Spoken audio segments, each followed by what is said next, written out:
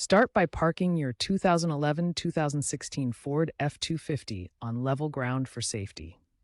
Open the tailgate fully and support it with a jack or have an assistant hold it up, as it weighs between 50 to 70 pounds.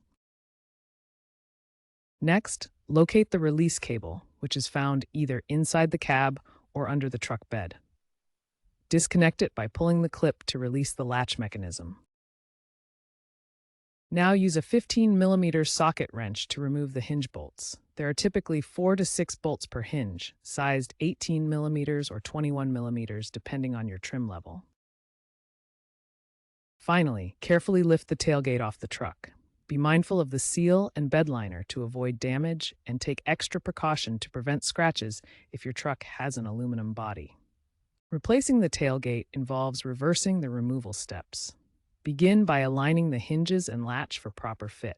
Torque specifications for hinge bolts are crucial at 35 to 50 foot-pounds to prevent loosening.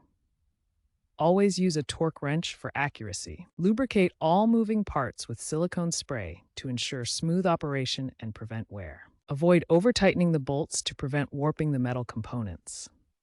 Double-check cable reconnection to avoid malfunction of the tailgate mechanism. Preventive maintenance is key. Inspect cables regularly and replace around 100,000 miles.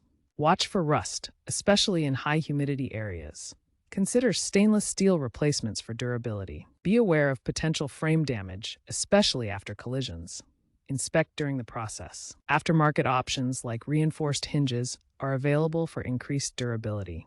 Always test the tailgate after reinstallation to ensure proper function.